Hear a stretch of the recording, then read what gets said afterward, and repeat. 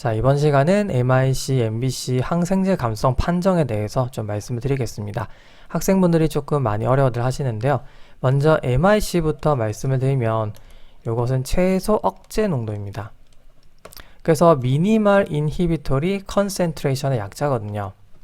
자, 조금 더 구체적으로 말씀드리면 그러니까 세균을 배양을 하는데 그리고 여기에는 항생제를 서로 다른 농도로 연속적으로 이렇게 놔두는 겁니다. 그러니까 예를 들면 어떤 항생제가 여기는 이제 0.5 마이크로그램 퍼 밀리리터라고 한다면 2.0, 2.0, 4.0 이런 식으로 연속적으로 달리 해 놓는 거죠. 이거는 쉽게 말하면 희석 농도를 달리했다라고 해서 보통은 브로스 다일루션 테스트라고 많이 알려져 있습니다. 자, 그래서 제가 이제 쉽게 육안적으로 아직 여기는 세균이 증식을 한다. 그런데 8.0부터는 증식을 안 하더라. 그래서 이렇게 비워 놔 볼게요. 그러면 8.0 이상 농도부터는 억제가 되는 겁니다. 세균의 증식이 억제가 된 거죠. 그런데 이 농도 중에서 최소 농도는 바로 8.0이 되는 거죠.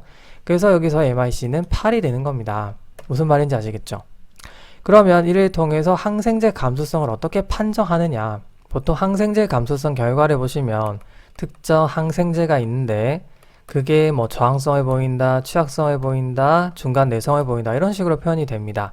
이게 바로 MIC를 통해서 작성이 된 거고, 그러니까 우리가 특정 감염 사항이 있을 거고 그거를 일반적으로 이제 항생제를 쓴 용법이 있지 않겠습니까? 그 용법으로 썼을 때 치료가 될 것이다, 안 될 것이다를 이제 이렇게 예측해서 표현했다라고 보시면 되는 거죠.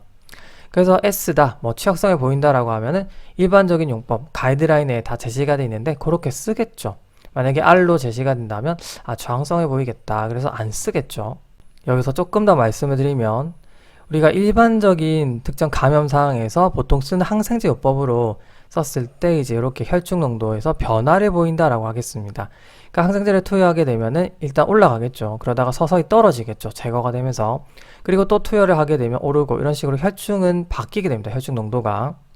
그리고 우리가 보통 한 이 정도의 MIC 값을 보이면 치료효과가 있다라고 세워놓은 기준이 있는데요.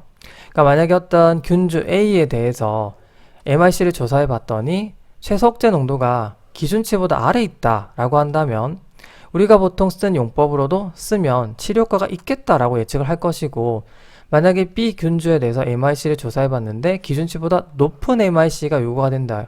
그러면 우리가 일반적으로 쓰는 용법으로 썼을 때는 딱히 치료효과가 없겠다라고 이제 예상을 할 수가 있는 거죠. 이런 식으로 이제 뭐 RSI 이런 식으로 표현을 하게 된다라는 거죠. 자, 그럼 여기서 이미 똑똑하신 분들은 질문이 생길 겁니다.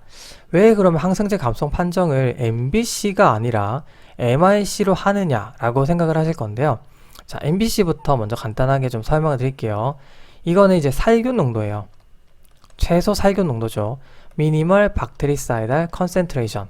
그러니까 MIC는 억제는 하지만 실제로는 죽이는 건 아닙니다. 그러니까 이건 정균의 개념이라고 하는 거죠. 그러니까 우리가 아까 8.0이라고 하는 농도에서 사실은 이 세균이 더 이상의 증식은 못하고 있겠지만 사실은 살아 있을 수 있는 거죠. 그리고 이제 어느 정도 더 높아진다면 그때부터는 아예 죽어 있을 겁니다. 그러니까 이 증식을 억제하는 수준을 넘어서 아예 죽이는 농도가 될 수 있다라고 하는 거죠. 그래서 이 8.0 이상의 이 농도에서 다시 이제 항생제를 제거한 뭐 아가플레이트 같은 곳에 이제 배양을 해보는 거죠. 서브컬처를 해보는 건데, 예를 들면 자 8.0에서 자 여기서 이제 끄집어내서 이제 배양을 시켜보는 거죠. 그랬더니 완전히 죽은 게 아니라 다시 이제 증식을 하는 패턴이 보이고 16 정도에서는 이제 이거보단 덜 하겠지만 조금 증식을 하고 있네요.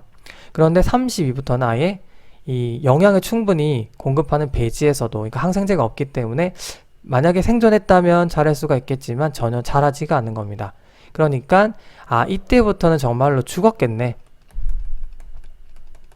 살균 농도가 되는 거고, 이 살균 농도 중에서 최소값이 바로 32가 되는 거죠. 그래서 이게 바로 MBC가 되는 겁니다. 그러니까 MIC와 MBC의 개념은 다르죠. 그럼 사실은 우리가 항생제 감수성을 판정할 때 MBC로 하는 게 좀 더 정확하지 않을까라고 생각을 할 수가 있죠. 그런데 왜 우리가 MIC로 하냐면요. 사실은 거의 많은 세균에서 이 MIC와 MBC 값이 크게 차이가 나지 않아서 사실은 MIC 기준으로도 써도 우리가 MBC가 살균 효과를 가질 수 있다라고 생각을 하는 겁니다. 그리고 사실 정균 치료에다가 우리가 가지고 있는 면역력이 있잖아요. 그러니까 충분히 커버할 수 있다라고 보기 때문에 MBC가 아니라 MIC 정도로 한다라고 생각해 주시면 되는 겁니다. 물론 예외는 존재합니다.